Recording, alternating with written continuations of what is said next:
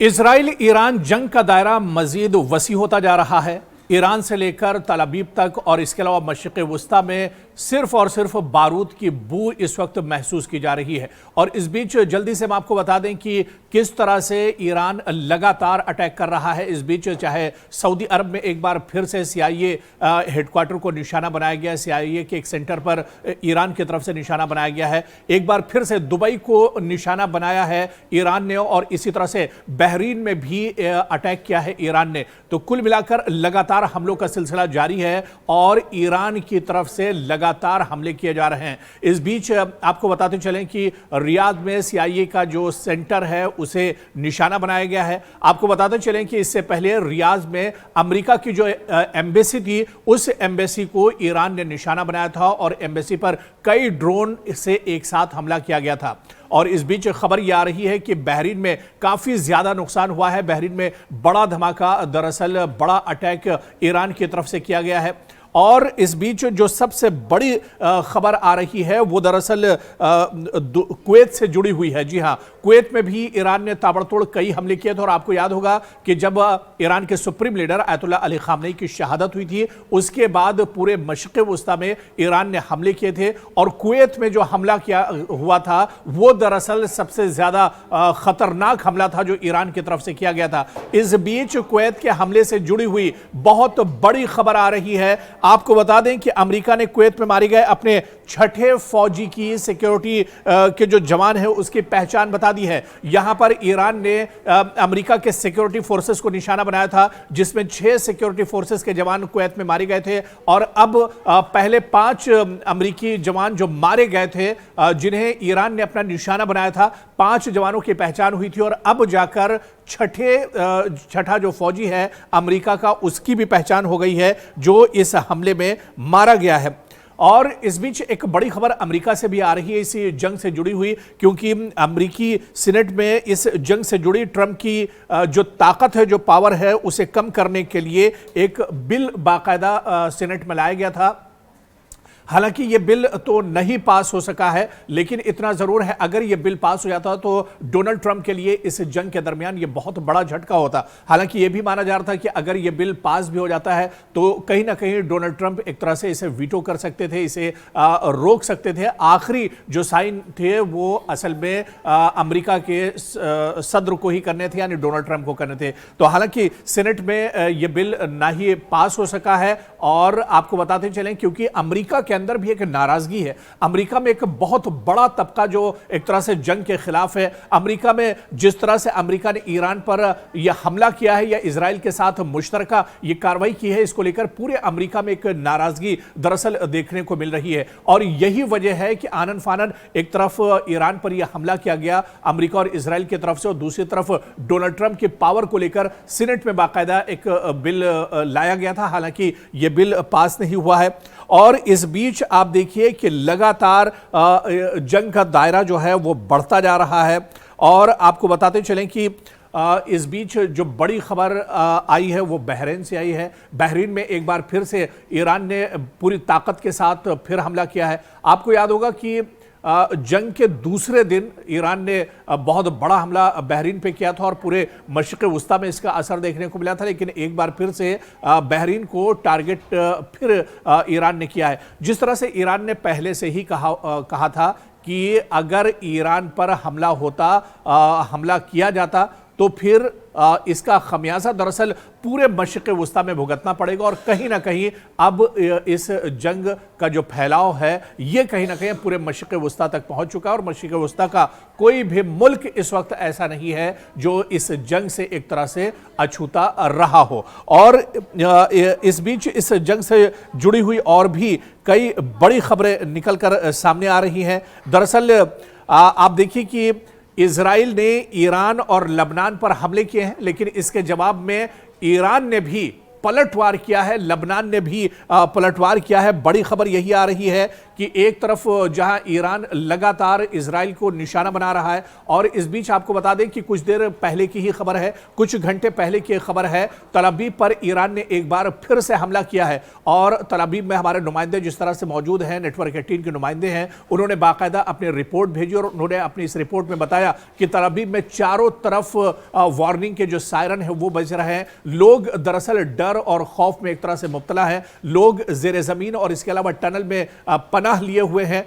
और दरअसल कल देर रात में भी कुछ ऐसा ही मंजर पूरे तल अवीव में देखने को मिला, जहां पर आसमान में कुछ आवाजें आनी शुरू हुई, गड़गड़ाहट शुरू हुई, और उसके बाद जो वार्निंग अलार्म है वो एक तरह से बजना शुरू हो गया। सायरन जो है वो पूरे तल अवीव में एक तरह से बजना शुरू हो गया। और उसके बाद लोग जो टनल्स बनी हुई हैं, जो सेफ रूम्स बने हुए हैं, उसमें एक तरह से पनाह लेने और छुपने पर एक तरह से मजबूर हो गए। तो कहीं ना कहीं जिस तरह से इजराइल और अमेरिका की तरफ से ईरान पर हमले हो रहे हैं, उसके जवाब में ईरान भी लगातार इजराइल को निशाना बना रहा है, या फिर मिडिल ईस्ट में जहां जहां अमेरिका की तंसीबात हैं, अमेरिका के सिक्योरिटी फोर्सेस के जवान हैं, उन्हें ईरान भी लगातार टारगेट कर रहा है। पिछले दिनों आपको याद होगा कि इजराइल ने लबनान पर बड़ा हमला किया था। नॉर्थ जो लबनान है वहां पर हमले किए गए थे, और इस बीच आपको बता दें कि लबनान ने भी एक बार पलटवार किया है और लबनान ने भी इजराइल के कई हिस्सों पर अपने रॉकेट दागे हैं। आप देखिए कि इजराइल दरअसल कई तरफ से घिरता हुआ नजर आ रहा है, क्योंकि एक तरफ ईरान लगातार इजराइल को निशाना बना रहा है, लबनान में हिजबुल्लाह लगातार इजराइल को निशाना बना रहे हैं, हुसी जो लड़ाके और मुजाहिदीन है वो लगातार कहीं ना कहीं इजराइल को निशाना बना रहे हैं। तो कुल मिलाकर इजराइल बुरी तरह से फंसता हुआ नजर आ रहा है। और अब ये देखिए जो बड़ी खबरें अभी तक निकल कर आई इस जंग से आई हैं, अमेरिका का ईरान में 2000 अहदाफ को निशाना बनाने का अमेरिका ने दावा किया है। हालांकि ये सिर्फ दावा है, इसमें सच्चाई या इसकी तस्दीक अभी नहीं हुई है। इसी तरह से आप देखिए कि तुर्की की तरफ जाने वाला ईरानी जो मिसाइल है वो नाटो ने एक तरह से मार गिराया है। इसी तरह से ट्रंप की धमकी के जवाब में स्पेन के मफादात का दिफा यूरोपीय यूनियन ने कहा है कि हम इसका दिफा करेंगे। और जो एक बहुत बड़ी खबर इस वक्त निकल कर आई है वो ये है कि ईरान ने इस वक्त बड़ा ऐलान किया है। ईरान ने कहा है कि अभी जदीद तरीन हथियार हमने इस्तेमाल नहीं किए हैं, लंबी जंग के लिए हम तैयार हैं। जी हां, ईरान ने इससे पहले भी ऐलान किया था और एक बार फिर जब ईरान जंग की हालत में है, लगातार इजराइल और अमेरिका के हमले ईरान के अलग अलग हिस्सों पर हो रहे हैं, काफी जानी और माली नुकसान ईरान के अंदर भी हो रहा है। लेकिन इस बीच ईरान का बड़ा बयान आया है कि अभी हमने अपने जो लेटेस्ट हथियार हैं, जो जदीद टेक्नोलॉजी के हथियार हैं, हाइपरसोनिक मिसाइल है, अभी तो हमने इसका इस्तेमाल ही नहीं किया है। और ईरान का जो बड़ा दावा है कि हम तवील और लंबी जंग के लिए तैयार हैं, यानी अगर यह जंग 2-4 महीने खिंचती है, साल 2 साल खिंचती है, तो ईरान का कहना है कि वो इसके लिए तैयार है। तो कहीं ना कहीं ये बहुत बड़ा बयान है जो ईरान की तरफ से एक तरह से आया है। और इसी तरह से कनाडा की तरफ से बहुत बड़ा बयान इस जंग को लेकर आया है। कनाडा के वजीर आजम ने कहा है कि ईरान जंग टूटते हुए आलमी निजाम की इंतहाई एक तरह से मिसाल है। उन्होंने कहा कि एक तरफ निहत्था ईरान है, ईरान एक तरह से बेकसूर है, ईरान की दरअसल इस जंग में कोई गलती नहीं है। दरअसल इजराइल और अमेरिका ने यह जंग अपनी तरफ से शुरू की है और एक तरह से ईरान को इस जंग में धकेला गया है। या फिर यह कहा जाए कि अमेरिका और इजराइल के जो अवाम है उन्हें जबरदस्ती उनके ऊपर खतरा एक तरह से बेंयामिन नेतन्याहू और डोनाल्ड ट्रंप ने एक तरह से लाद दिया है। तो ऐसे में कनाडा की तरफ से बहुत बड़ा बयान आया है। कनाडा के वज़ीर आज़म का यह बहुत पॉजिटिव एक तरह से बयान है, जिसमें उन्होंने इजराइल और अमेरिका की सरजनिश की है और इस कदम को, जिस तरह से जंग शुरू की है इजराइल और अमेरिका ने, इस पर एक तरह से काफ़ी ज़्यादा उन्होंने तनकीद की है इस जंग को लेकर। और इस बीच आप देखिए कि हिजबुल्लाह का बहुत बड़ा बयान आया है। जी हाँ, लबनान में हिजबुल्लाह का बयान आया है कि उसने इजराइल एरोस्पेस इंडस्ट्रीज के हेडक्वार्टर पर ड्रोन से हमला किया है। जी हाँ, ये जो दरअसल दावा किया गया हिजबुल्लाह की तरफ से, ये दावा बहुत ही बड़ा है और ये बड़ी खबर इस वक्त है कि हिजबुल्लाह ने कहा है कि उसने इजराइल एरोस्पेस इंडस्ट्रीज के हेडक्वार्टर पर ड्रोन से हमला किया है, जिसमें काफ़ी ज़्यादा नुकसान एक तरह से, हालांकि शुरुआती तौर पर जो जानकारी मिल पा रही है उसमें कितना ज़्यादा नुकसान हुआ है इसकी तो जानकारी नहीं है, लेकिन जिस नौयत का ये हमला है ऐसे में ये जाहिर करता है कि जो पूरी इंडस्ट्री है एरोस्पेस की उसे बहुत बड़ा झटका इस वक्त एक तरह से लगा है। और इसी तरह से एक और बड़ी खबर आ रही है जो अमेरिका और दरअसल पाकिस्तान से भी जुड़ी हुई है, क्योंकि अमेरिका ने कराची और लाहौर के जो एम्बेसी हैं, कौंसिल खाने हैं, वहां पर गैर ज़रूरी अमले को पाकिस्तान छोड़ने का हुक्म दे दिया है। दरअसल ये अमेरिका का डर है, जिस तरह से आप देखिए, चाहे रियाद की बात करें, चाहे कुवैत की बात करें, इसी तरह से दुबई की बात करें, यहाँ पर या फिर पूरे मिडिल ईस्ट में जहाँ जहाँ अमेरिका की एम्बेसी है वहाँ पर ईरान दरअसल निशाना बना रहा है अमेरिका की इन एम्बेसी को। और इस वक्त आप देखिए जो बड़ा बयान आया है, एक बड़ा ऑर्डर अमेरिका की तरफ से जारी किया गया है। अमेरिका ने पाकिस्तान में जहाँ जहाँ उसके कौंसिल खाने हैं, जहाँ जहाँ अमेरिका की एम्बेसी है, वहाँ पर जो गैर ज़रूरी अमला है, जो ज्यादा अमला है, उसे फौरन पाकिस्तान छोड़ने का हुक्म दिया गया है। आपको याद होगा कि जब यह जंग शुरू हुई थी और ईरान के supreme leader Ayatollah Ali Khamenei को शहीद किया गया था, उसके बाद पाकिस्तान में भी एक तरह से बड़े पैमाने पर एहतजाज किया गया था। पाकिस्तान में अमेरिकी कौंसिल खाने को निशाना बनाया गया था और अब अमेरिका ने एहतियाती तौर पर यह बड़ा कदम उठाया है, जिसे माहिरीन एक अमेरिका के बड़े डर के तौर पर एक तरह से देखते हैं। तो कुल मिलाकर जंग का दायरा वसी होता जा रहा है। जैसे जैसे वक्त गुजर रहा है वैसे वैसे ईरान भी पूरी मजबूती के साथ इस जंग में एक तरह से डट रहा है और पूरी मजबूती के साथ दुश्मन को एक तरह से जवाब दे रहा है। क्योंकि इस पूरी लड़ाई में अभी तक आप देखिए, क्योंकि जो बयान ताजा बयान ईरान की तरफ से आया है कि उसने तो अभी जंग पूरी तरह से शुरू भी नहीं की है, क्योंकि उसने अभी अपने लेटेस्ट हथियार का इस्तेमाल भी नहीं किया है। तो ऐसे में यह बयान दरअसल बहुत अहम हो जाता है। और अभी तक की आप जंग को आप देखिए तो ईरान दरअसल इस पूरी जंग में बहुत फूंक फूंक कर कदम रख रहा है, बल्कि जिस तरह से माहिरीन बताते हैं कि ईरान दरअसल अभी इजराइल और अमेरिका के जो डिफेंस सिस्टम है उसको नाकारा करने में लगा हुआ है, और अमेरिका और इजराइल का जो इंटरसेप्टर है उसे दरअसल नाकारा करने में ईरान एक तरह से कामयाब भी रहा है। और शुरुआती तौर पर जो पुराना असलहा और गोला बारूद है, ईरान दरअसल उसका इस्तेमाल कर रहा है। यह दरअसल ईरान की बहुत बड़ी चालाकी है। ईरान दरअसल बहुत फूंक फूंक कर इस पूरी जंग में, इस पूरी कशीदगी में दरअसल एक तरह से कदम रख रहा है।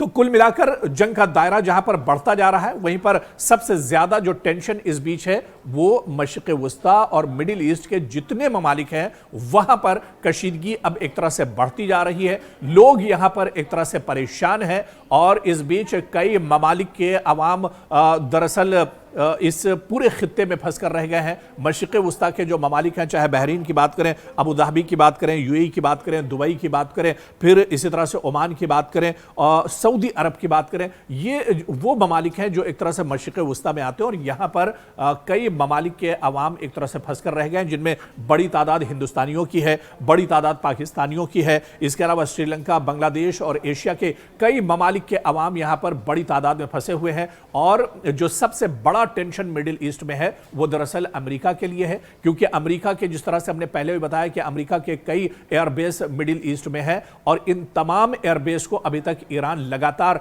निशाना बना रहा है। ऐसा नहीं कि ईरान के supreme leader Ayatollah Ali Khamenei की शहादत के बाद सिर्फ ईरान ने एक बार अटैक किया हो, बल्कि ईरान रुक रुक कर मिडिल ईस्ट के जो ममालिक हैं, और ईरान ने एक बात और इसमें साफ की है कि वो अरब ममालिक को निशाना नहीं बना रहा है, बल्कि उसके हमले का जो मकसद है या उसका जो टारगेट है वो सिर्फ अमेरिका की तंसीबात है, अमेरिका के वो एयरबेस हैं जहां से अमेरिका अपनी नापाक हरकतों को अंजाम देता है। तो ऐसे में ये किसी मुस्लिम मुल्क पर हमले नहीं है, ये किसी अरब मुल्क पर हमले नहीं है, बल्कि सीधे सीधे जहां अमेरिका की एम्बेसी है, जहां अमेरिका की तंसीबात है, जहां अमेरिका के एयरबेस हैं या इजराइल के जो इत्तेहादी ममालिक हैं, दरअसल उन्हें एक तरह से टारगेट किया जा रहा है और उन्हीं को तबाह बर्बाद करने के लिए ये हमले लगातार ईरान ईरान की तरफ से किए जा रहे हैं। तो मशरिक़ वस्ता में कहीं ना कहीं अमेरिका एक तरह से घिरता हुआ नजर आ रहा है और जिस मजबूती के साथ ईरान इस जंग को लड़ रहा है, ऐसे में अमेरिका अब इस जंग के बीच में